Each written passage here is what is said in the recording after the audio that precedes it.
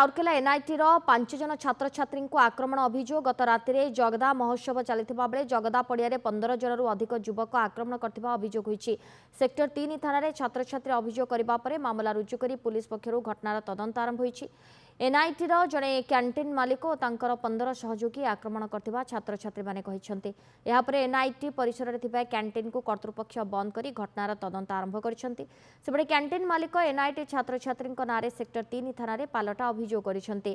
Canteen मालिक और 5 जन एनआईटी छात्र छात्री को थाना अटक रखी पुलिस पक्षरु पचराउचरा जारी रही। अवनी रंजन महापात्र राउरकेला रिपोर्टर अधिक सूचना पाई फुल लाइन रे जुड़ी छंती। अवनी एनआईटी 5 जन छात्र छात्री को आक्रमण अभियोग होईछि। ए घटना रे केमती चली पचराउचरा बा केते जन को पचराउचरा करा जाउछि बाबद रे?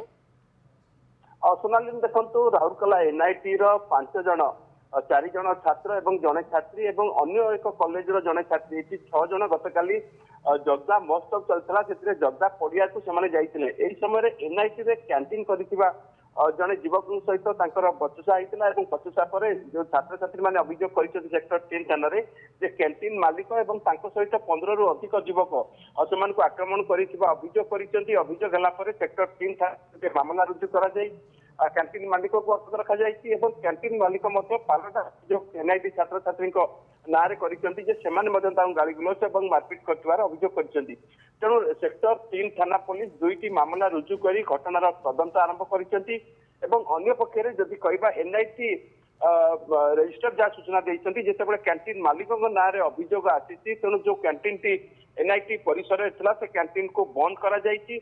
एनआईटी पक्षर घटनार तदंत आरंभ होईछि कारण केउ परिस्थिति छात्र माने कहीं कैंपस बाहर को जाइए सेठी कौन से माने करुले गंडगोल कौन है कहीं आक्रमण है तेणु ये जो छात्र छात्री मैंने जाइए कौन जाइए कौन परिस्थिति थी तेणु ये समस्त तथ्य एनआईटी पक्षर आरंभ होईछि।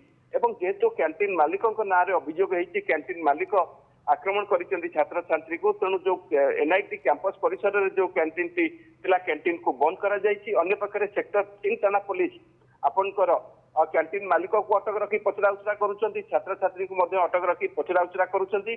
पचराउचरा परे घटना कौन रही तदंत पर ही आईन अनुसार जहाँ कार्यानुष्ठान निया कथा पुलिस पक्षर नियाजिबो बोली सूचना दिया जायछि। धन्यवाद अवनी आपनक समस्त सूचना पाई। अवनी रंजन महापात्र राउरकेला रिपोर्टर अधिक सूचना देउथिले।